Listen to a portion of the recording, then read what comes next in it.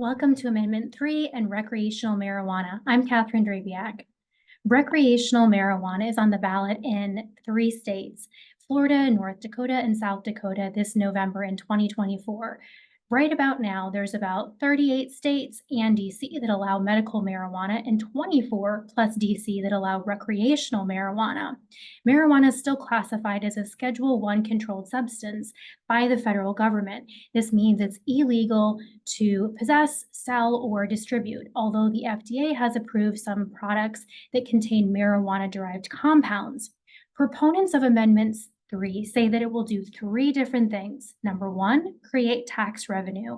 Number 2, regulating production makes it safer. And number 3, they say it offers sensible criminal justice reform. Let's take a look at each of these. First, what does Amendment 3 actually do?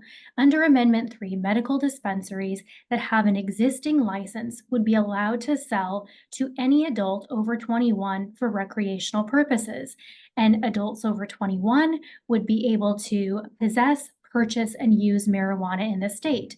Now, this offers a significant business advantage to existing companies that are already operating in the state. This is because licensing fees or startup costs can cost a lot of money, hundreds of $1,000s for licensing fees, or sometimes millions in startup costs. People would not be allowed to grow their own products. Unlike other measures in other states that might permit recreational marijuana, this provision is unique because it also gives a blanket immunity to corporations that are licensed that are selling it. This means that they can't be sued under state law for any type of civil or criminal violations. And this is an interesting provision because companies are sued every day based on allegations that their product or their business caused somebody's injury. So this first claim, what about tax revenue? Economists predict that this would yield the state anywhere from about $200 to $400 million in tax revenue. Big marijuana companies are betting on billions in profits. But did you know in states that especially permit recreational marijuana, the illicit market thrives? This drastically undercuts tax revenue away from legally regulated businesses. The DEA reports that as states modify their marijuana laws, the illicit market blossoms because it's looking like it's operating under the cover of these regulations. Economists estimate about 75% of the market is still in the illicit market, being illegally produced and sold as cheaper, tax-free alternatives. You can find some IRS reports on the topic here. In California, companies owe the state more than $730 million in back taxes.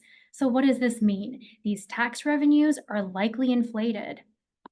What about this idea that more regulation is more safety? Well, people often think of marijuana as a harmless drug, but did you know that the marijuana of today is not the same drug as it was decades ago?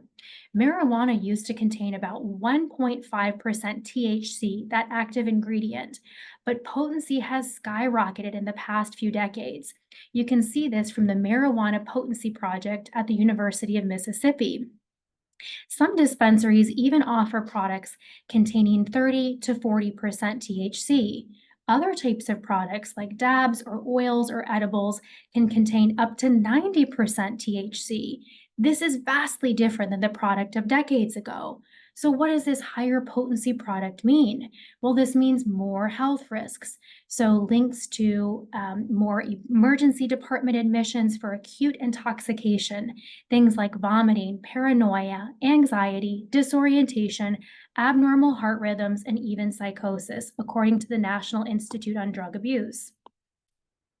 So what toll is this taking on our health? Well, marijuana affects people's learning, memory, and performance, not only during use, but there's some studies showing that it can create residual cognitive impairment.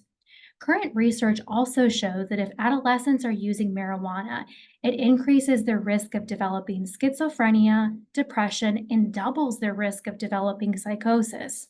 In Colorado, after creating a mode to have recreational marijuana, the amount of suicides where victims tested positive for marijuana doubled after that law changed.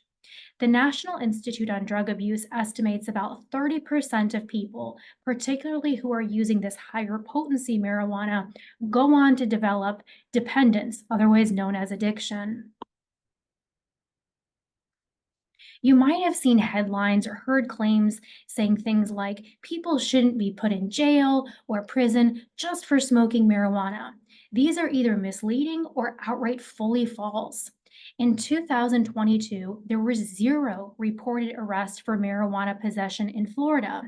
And according to the U.S. Government Sentencing Commission 2023 report, and since 2022, there are no federal prisoners in custody serving a sentence just for marijuana possession. So, where do these headlines come from? Well, generally, offenders are arrested for possession and another crime. So, something like larceny or a drug trafficking or even other violent crimes, not marijuana possession alone. Allowing recreational use does offer a cover for a thriving criminal market. Different media companies like NBC or CNN have run articles describing how this illicit market runs across the United States. Here's how it works. Buyers purchase grow houses or even tracts of land for illegal growing operations.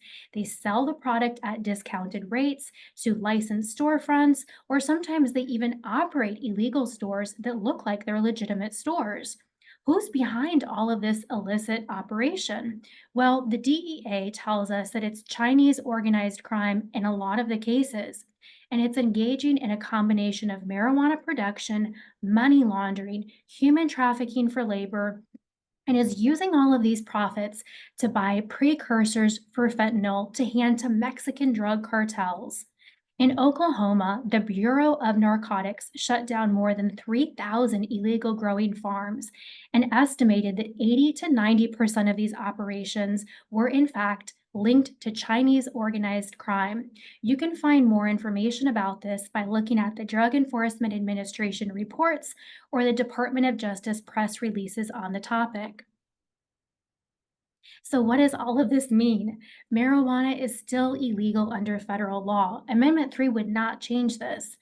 Amendments permanently alter the Florida state constitution.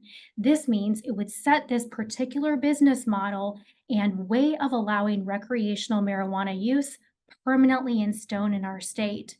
So, what's yes on Amendment 3? This would offer benefits to established marijuana companies. More adults over 21 would be purchasing and using marijuana. This is a benefit for companies and people who want to use illegal drugs. What about no on Amendment 3? This would still retain the medical marijuana market, but it would keep it limited.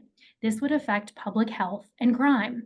Finally, a third choice is say no to Amendment 3, but instead use the legislative process to either amend federal or state law. This gives more flexibility. I hope this offers useful information as you go to the polls.